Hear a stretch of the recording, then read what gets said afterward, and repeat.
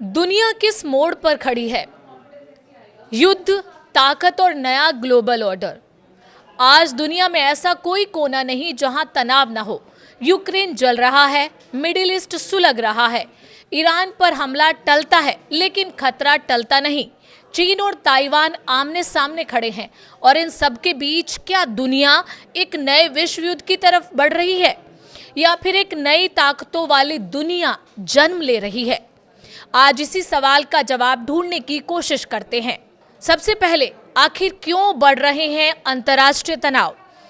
आज दुनिया 3 बड़े कारणों से अस्थिर है, जिसमें पहला है पुरानी महाशक्तियों की पकड़ कमजोर होना, दूसरा है नई ताकतों का उभरना और तीसरा है युद्ध अब सिर्फ हथियारों से नहीं बल्कि इकोनॉमी, टेक्नोलॉजी और एनर्जी के साथ नैरेटिव से लड़े जा रहे हैं।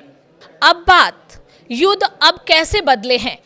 आज युद्ध का मतलब सिर्फ टैंक और बॉम्ब नहीं, आज होता है साइबर अटैक, आर्थिक प्रतिबंध, तेल और गैस का खेल, सोशल मीडिया वॉर और प्रॉक्सी वॉर। यूक्रेन युद्ध इसका सबसे बड़ा उदाहरण है, जहां लड़ाई यूक्रेन में हो रही है लेकिन दाव अमेरिका, रूस और यूरोप के हैं। इन सब के बीच मिडिल ईस्ट सबसे खतरनाक मोर्चा बना हुआ है। मिडिल ईस्ट आज भी दुनिया का सबसे अस्थिर इलाका है।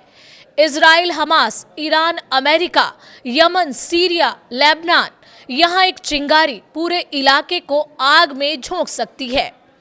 इन सब के बीच ईरान को क्यों हिलाना मुश्किल है? ईरान सिर्फ एक देश नहीं, एक सिस्टम है। Supreme leader, revolutionary guards, parallel economy, वैचारिक सत्ता। इसलिए अमेरिका धमकी देता है लेकिन कदम फूंक फूंक कर रखता है। इन सब के बीच चीन सबसे बड़ा अनकहा खिलाड़ी है। चीन बिना युद्ध के दुनिया की तस्वीर बदल रहा है।